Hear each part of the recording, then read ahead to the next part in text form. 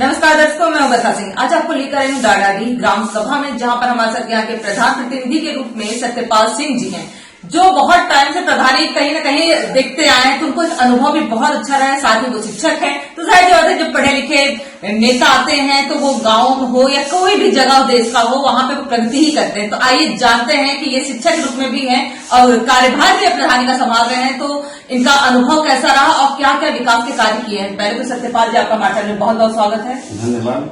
ये बताइएगा सत्यपाल जी कि आपने अपने गांव में विकास के क्षेत्र में क्या क्या कार्य किए हैं। बहुत ऐतिहासिक काम हमने किया है जी। अपने गांव में, जमीन से लेके फर्श तक। मतलब आज के डेट में हमारी ग्राम पंचायत में कोई भी कार्य बाकी नहीं, कोई भी नाले, कोई भी सड़क, कोई भी लाइट का काम, बेंच का, मतलब जो भी काम जरूरी मूलभूत आवश्यकताएं गांव के लिए, हमने सारे काम करे हैं। वो सारे कार्य करवाए हैं आपने। जी। जिस ऐसे ज्यादा प्रधान जो उनको बजट मिलता है उसी हिसाब से कार्य करते हैं, पर आपका सुनने में आया कि 3 से 4 करोड़ रुपए आप लेकर आए लोगों से, कहीं न कहीं अपने गांव की प्रगति के लिए लेकर आए, तो ये क्या एकदम इसमें सत्यता है?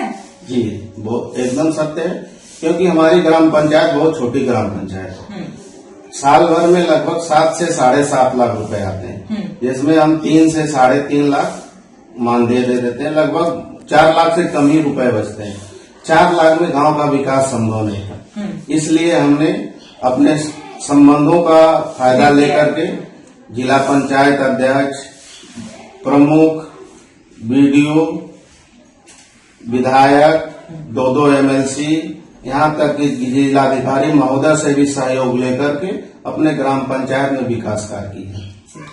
मतलब जहां से हो सकता था, आपको लगता था, उम्मीद थी, वहां से सब लेकर आए और सारे विकास योजनाएं जो थी धरातल पे उतारा। जी, ऐसी और कोई योजना जो आप चाहते हैं कि जो सरकार है वो इस गांव को दे? जी, हम चाहते हैं हमारी ग्राम पंचायत को बहुत बड़ा खेलने के लिए बच्चों का एक फील्ड बने और उसका स्टेडियम टाइप का मिनी स्टेडियम बने और बच्चों के पढ़ने के लिए बड़े स्कूल का निर्माण हो, क्योंकि हमारे पूरे ग्राम पंचायत में केवल एक प्राथमिक विद्यालय है। एक ही है। हाँ, प्राथमिक विद्यालय जीर्ण शीर्ण स्थिति में था। हमने अर्श से लेके फर्श तक, मतलब उसका फर्श का भी लिंटर कराया, A to Z काम कराया अपने, और जिसके लिए उसको हमें पुरस्कार भी मिला है पुराने DM विजय किरण आनंद जी के द्वारा। शिक्षक थे तो आपने स्कूल पे बहुत ध्यान दिया। पहली प्राथमिकता मेरी थी। मैंने सबसे पहला काम पूरे गांव का, मेरे जितना बजट था पूरा लगा करके एक भी पैसा मैंने कुछ कर पाया। इसीलिए गांव के लोग कहने लगे कि हमारे गांव का विकास क्या हुआ प्रधान जी, क्योंकि वो विद्यालय का विकास था उनको दिख नहीं रहा था। इसलिए हमने अपने संबंधों का लाभ लेकर के लोगों से संपर्क किया, जहां जहां से भी ला सकते थे वहां से धन भेज करके लाए, अपने गाँव का विकास किया। रास्ते सारे दुरुस्त हो गए, सभी रास्ते। आज के डेट में हमारे गांव में कोई गली बची नहीं। हाँ, बची वही है जो हर घर जल नल योजना के थ्रू फंड करके चले गए। बहुत दुखी है उस योजना का, तो नाम लेने में मुझे पाप लग रहा है। बहुत ही गंदा काम है। उन लोगों को तो मिल जाए तो क्या न कर दें हम। मतलब उसके वजह से जो रास्ते बने हुए थे वो सारे खराब हो गए। जी, सारे खराब हो गए, छोड़ करके चले गए, पानी भी नहीं मिल रहा है, बहुत सारी दिक्कतें हैं। मतलब जो मेन काम था कि पानी घर तक पहुंचना, वो भी नहीं आया, रास्ते खराब हुए, वो अलग ही। मतलब आप लोग ने जो काम करवाया था उसमें कमी रही गई, क्योंकि अब जनता को तो ये नहीं पता है कि वो कैसे सरकार की योजना है। वो तो आप कई सोच के सोचते होंगे कि ये आपकी वजह से हो गया। आप बताएं, जो सड़कें टूट जाती हैं उसपे अगर आप लेप लगाएंगे तो वो सड़क पुराने की तरह से बैठेगी नहीं। कितनों ही अच्छा किया है, ये करेंगे भी तो भी नहीं अच्छा होगा, लेकिन बुरा भी नहीं करके जा रहा है। मैं क्या कहूँ उसके बारे में, ये बहुत खराब स्थिति है।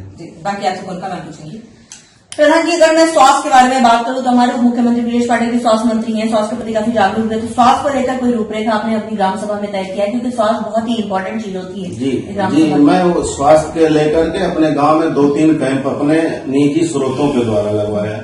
जैसे अपने संबंधों के द्वारा एक बार आई सर्जन को लेकर के लगवाया, 2-3 बार एक वैद्य जी हमारे मित्र हैं उनको लेकर के लगवाया, और जो सरकार की योजना स्वास्थ्य से संबंधित है वो चलती रहती है, उसमें नहीं कोई दिक्कत।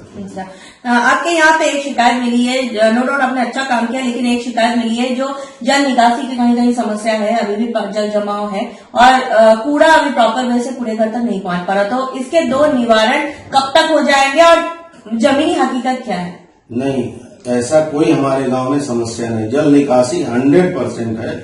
हमने आपको बताया कि हमने अपने गांव में गली गली नाले हो, सड़क हो, सब बना डाला। तो जल निकासी की तो कोई समस्या ही नहीं पूरे गांव में। आप घूम करके भी आप हमारे साथ सर्वे करके देख सकती हैं, चल के दिखा दें, अगर कहीं कोई दिखा दे तो मैं कर लूँ, ये नहीं है। दूसरा चीज आपने कहा कूड़ा घर, तो अभी आपके सामने हमारा सफाई कर्मचारी आया था, मैं देखी, उसने बयान भी दिया है कि नहीं ऐसा नहीं है, सारा जाता है कूड़ा घर तक पहुंच रहा है। ठीक है, कोटेदा लेखपाल बड़े मतलब असंतुष्टि देखने को मिली है जनता के बीच में, तो इस पर आपकी क्या राय है, क्योंकि कोटेदा लेखपाल से आप कितने संतुष्ट हैं? कोटेदार और लेखपाल का काम कोई शिकायत का नहीं है हमारे वहाँ, छोटी मोटी शिकायतें आती थी तो उसको हमने समाधान करा दिया है। आज के डेट में हमारे ना कोटेदार का शिकायत है, ना ही लेखपाल का। आपके यहाँ कोई ड्रीम प्रोजेक्ट आप बताइए जो ग्राम सभा के लिए आप करना चाहते हैं, जो आपका सपना हो, जो किसी प्रधान ने न सोचा हो, आप करना चाहते हैं? मैं ये चाह रहा था कि बच्चों को खेलने के लिए एक मिनी स्टेडियम का विकास हो जाए और एक विद्यालय का। हाँ। अच्छा, जो गरीब तबके के लोग हैं, एक छोटा सा जिम का भी खुल जाए तो भी अच्छा। बारात घर चाहते हैं, मतलब आप चाहते हैं जो गरीब तबके के लोग उन्हें शादी ब्याह में समस्याएं होती है तो उसके लिए आप बारात घर बनाना चाहते हैं जिससे ये समस्या का निवारण हो सके।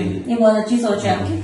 इसके लिए आपने कभी लिखित आवेदन किया है, क्योंकि पूरे उत्तर प्रदेश में हम लोग का काम चला है, बहुत से प्रकरण के मालूमात नहीं है कि जो चीजें ग्राम सभा में नहीं होती है उसके लिए लिखित आवेदन करना पड़ता है, उसकी प्रक्रिया तो हमें भी भेजते हैं, तो यहाँ से काम देते लखनऊ से?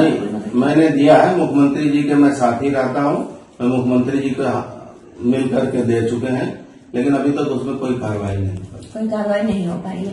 उसकी प्रतिलिपि है आपके पास? वो खोजने पे मिल जाएगा, मुझे व्हाट्सअप करिएगा। अच्छा, ये बताइए सरकार के 19 बिंदुओं में कितने आपने काम किए हैं, और 19 बिंदु आपको पता है? क्योंकि बहुत से परिवारों को 19 बिंदु ही नहीं पता है। 19 बिंदु में ही तो मेरा विद्यालय मेरा ग्राम सभा नंबर 1 पे था, तभी हमको पुरस्कृत किया जा चुका है। उसमें हमारे 100% मापदंड पूरे थे। अच्छा, सचिवालय का निर्माण, आंगनबाड़ी, सारे मापदंड पूरे थे, तभी हमको पुरस्कृत किया। आयुष्मान कार्ड, वृद्धा पेंशन कितने देते हैं? वृद्धा पेंशन, आयुष्मान कार्ड लगभग 100 लोगों का। अच्छा, सारे पात्रों को मिल गया है, कि कोई बचा नहीं। ग्राम सभा में अनुमन आवास के नाम पे बड़ी शिकायतें मिलती है, आपके यहाँ तो ऐसा कुछ दिक्कत नहीं? मेरे यहाँ पिछले कार्यकाल के जो प्रधान थे उन्होंने एक भी रीडिंग नहीं कराई थी, इसलिए एक भी ग्राम पंचायत में कोई भी आवास बना ही नहीं, तो शिकायत की बात ही नहीं आती। और कोई भी शिकायत हमारे वहाँ नहीं होती है, क्योंकि हम लोग किसी से लेने देने वाला काम नहीं करते हैं। आपको भी नहीं देंगे न लेंगे, दोनों काम में। सरकार से आप क्या मदद चाहते हैं कि आपकी ग्राम सभा का विकास हो सके, और आम जनमानस से आप क्या कहना चाहेंगे कि इस बार आप चुनावी मैदान में किन किन रणनीति के साथ, इरादों के साथ और वादों के साथ उतर रहे हैं? चुनाव मैदान में उतरने के लिए हमने जो भी इस गांव पंचायत को मूलभूत आवश्यकताएं थी सब कुछ हमने दे दिया, कुछ भी आज के डेट में बचा ही नहीं।